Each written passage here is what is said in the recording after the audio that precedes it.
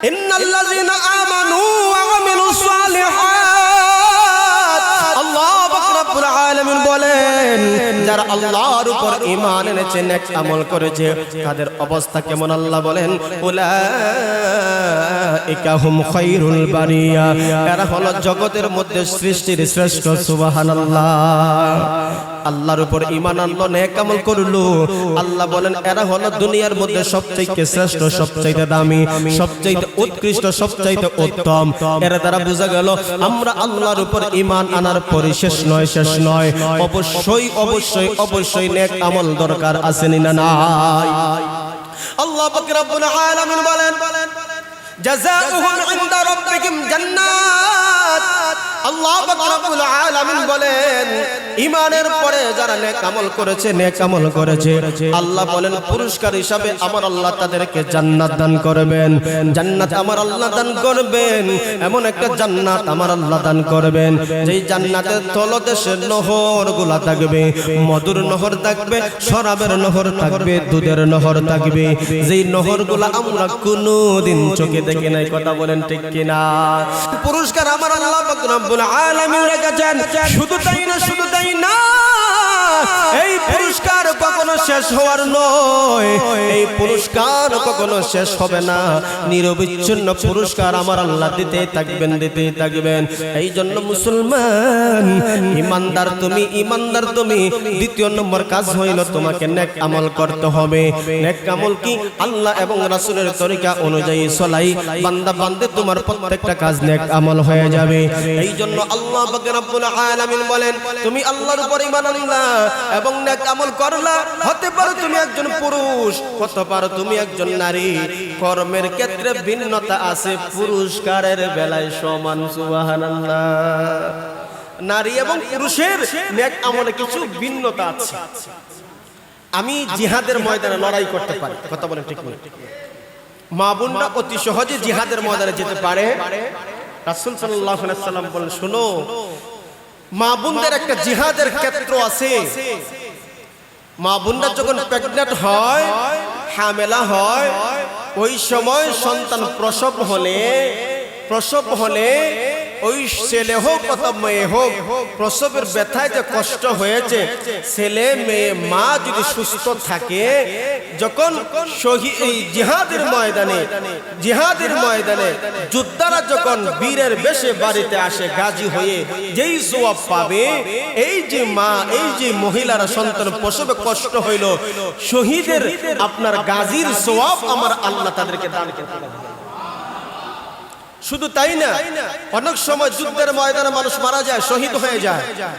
আবার অনেক সময় মা বোন যারা আছে, সন্তান প্রসব দেওয়ার সময় দুনিয়া থেকে আল্লাহ তাআলা উঠায়ও নেয়। কথা বলেন ঠিক কিনা? তো আল্লাহ পাক রব্বুল আলামিন নবী বলেন কোন মা, কোন মহিলা যদি সন্তান প্রসবের সময় মারা যায়, হুকমান শহীদের মর্যাদা সওয়াব পাবে।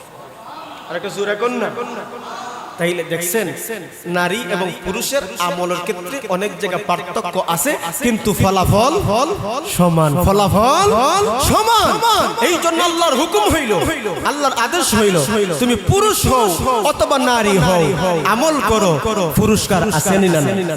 কথা বলেন। এই পুরস্কার পাইতে হলে নেক আমলের দরকার আছে না নাই? এই জন্য আল্লাহ পাক রব্বুল আলামিন বলেন প্রথম পুরস্কার হইল ফালানুহইয়ান্নাহু হায়াতান তাইয়্যিবা। প্রথম পুরস্কার হইল পবিত্র জিন্দেগি আমি আল্লাহ তোমাদেরকে দিব। পবিত্র জিন্দেগি দ্বারা একটা উদ্দেশ্য হলো হালাল রিজকের ব্যবস্থা হবে। দুই নম্বর ব্যাখ্যা হইল অল্প তুষ্টি, বান্দা বান্দি আল্লাহ যা দিয়েছে বান্দা খুশি। তিন নম্বর হলো বান্দা বান্দি আল্লাহর প্রত্যেকটা কাজ কর্মের উপর সন্তুষ্টি থাকবে। দুই নম্বর পুরস্কার আমার আল্লাহ পবিত্র কালামুল্লাহ শরীফের মধ্যে উল্লেখ করে দিয়েছেন, ওয়ালা নাজিয়ান্নাকুম আজরাকুম বিআহসানি মা কানু ইয়ামালুন।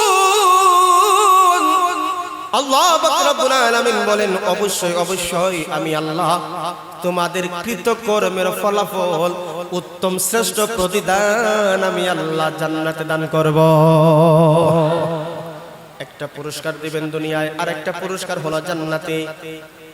আল্লাহর নবী, মায়ার নবী বলেন ময়দানে মাহশরে কিছু কিছু বান্দা নিভু নিভু ঈমান নিয়ে যখন যাবে, ঈমান নিয়ে যাবে, একটা সময় আল্লাহ পাক রব্বুল আলামিন ওই ঈমানের বদৌলতে এই দুনিয়ার 10টার সমান একটা জান্নাত আমার আল্লাহ দান করবেন। ঈমানের এত দাম, ঈমানের এত দাম, এত দাম বান্দা, ঈমানের বড় দাম, ঈমানের বড় দাম।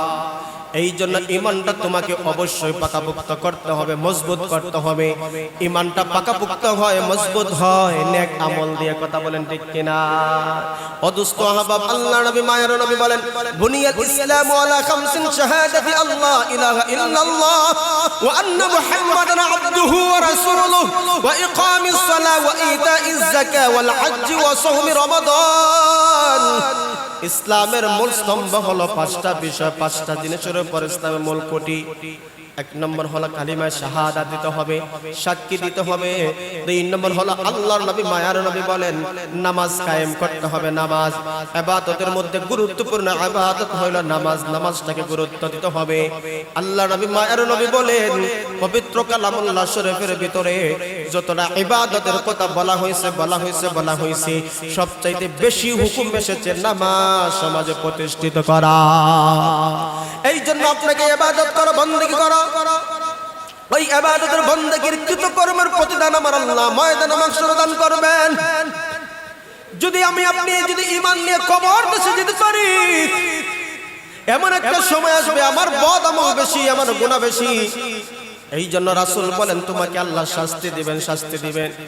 কিন্তু যদি বান্দা তোমার ঈমান দেখে, যারা পরিমাণ যদি তোমার ঈমান দেখে, একটা সময় ওই ঈমানের বদৌলতে তোমার জান্নাত আমার আল্লাহ দান করবে।